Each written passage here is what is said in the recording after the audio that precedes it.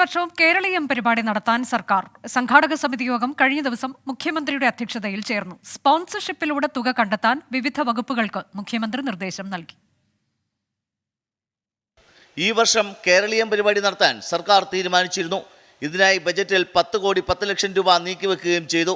കേരളീയം നടത്തുന്നതിനുള്ള സംഘാടക സമിതി യോഗം കഴിഞ്ഞ ദിവസം മുഖ്യമന്ത്രിയുടെ അധ്യക്ഷതയിൽ ചേർന്നു. ഡിസംബറിൽ കേരളീയം നടത്താനാണ് ആലോചന. സ്പോൺസർഷിപ്പിലൂടെ ഇതിനുള്ള തുക കണ്ടെത്താനാണ് മുഖ്യമന്ത്രി വകുപ്പുകളോട് നിർദ്ദേശിച്ചത്. കേരളത്തിൻ്റെ നേട്ടങ്ങൾ സത്യസന്ധമായി അവതരിപ്പിക്കുന്ന ലക്ഷ്യത്തോടെയാണ് കേരളീയം നടത്തുന്നത്. ഡൽഹി അന്താരാഷ്ട്ര വ്യാപാരമേളയുടെ മാതൃകയിൽ വ്യവസായ വാണിജ്യ പ്രദർശനങ്ങൾ കൂടി ഇത്തവണ സംഘടിപ്പിക്കാൻ ആലോചനയുണ്ട്.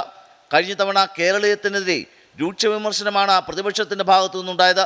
രൂക്ഷമായ സാമ്പത്തിക പ്രതിസന്ധിയിലൂടെ കടന്നു പോകുമ്പോൾ സർക്കാർ ധൂർത്ത് നടത്തുകയാണെന്നായിരുന്നു ആരോപണം. സ്പോൺസർഷിപ്പിൻ്റെ മറവിൽ വൻതോതിലുള്ള പിരിവാണ് നടന്നതെന്നും ആരോപണം ഉയർന്നിരുന്നു. 24 തിരുവനന്തപുരം.